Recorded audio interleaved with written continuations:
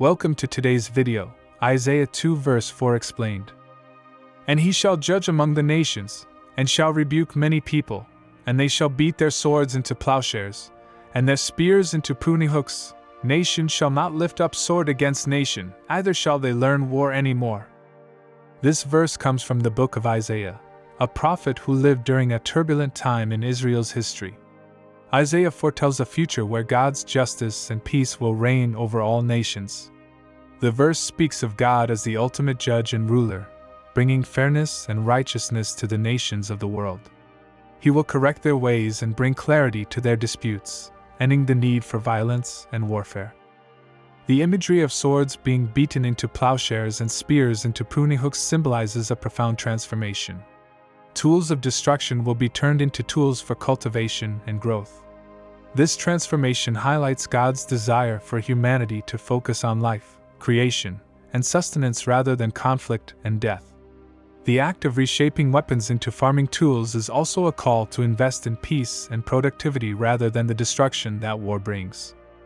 The second part of the verse speaks to a time when nations will no longer rise against one another in war.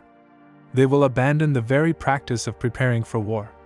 This is a vision of a world governed by divine peace, where conflict is replaced by unity and cooperation. It reflects the ultimate hope and promise of God's kingdom, a place where hostility and fear are replaced by love and harmony. This verse is often seen as a prophecy pointing to the coming of the Messiah and the establishment of his kingdom. Jesus Christ, the Prince of Peace, fulfills this vision by offering a path to reconciliation with God and one another. The peace described here is not just political but also spiritual, as God transforms hearts and minds. For biblical viewers, this verse serves as both a promise and a challenge. It reminds us of God's ultimate plan for peace and justice, but also calls us to live as agents of that peace in our daily lives. We are invited to lay down our own weapons of anger, pride, and division, and instead cultivate love, understanding, and forgiveness. Imagine a world where this vision becomes a reality.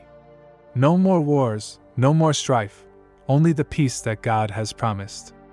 As believers, we are called to anticipate this future by aligning our lives with God's will today. If you found this explanation helpful, make sure to subscribe, like, and share this video.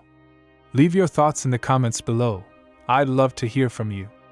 May God bless you and keep you as you walk in His peace and truth.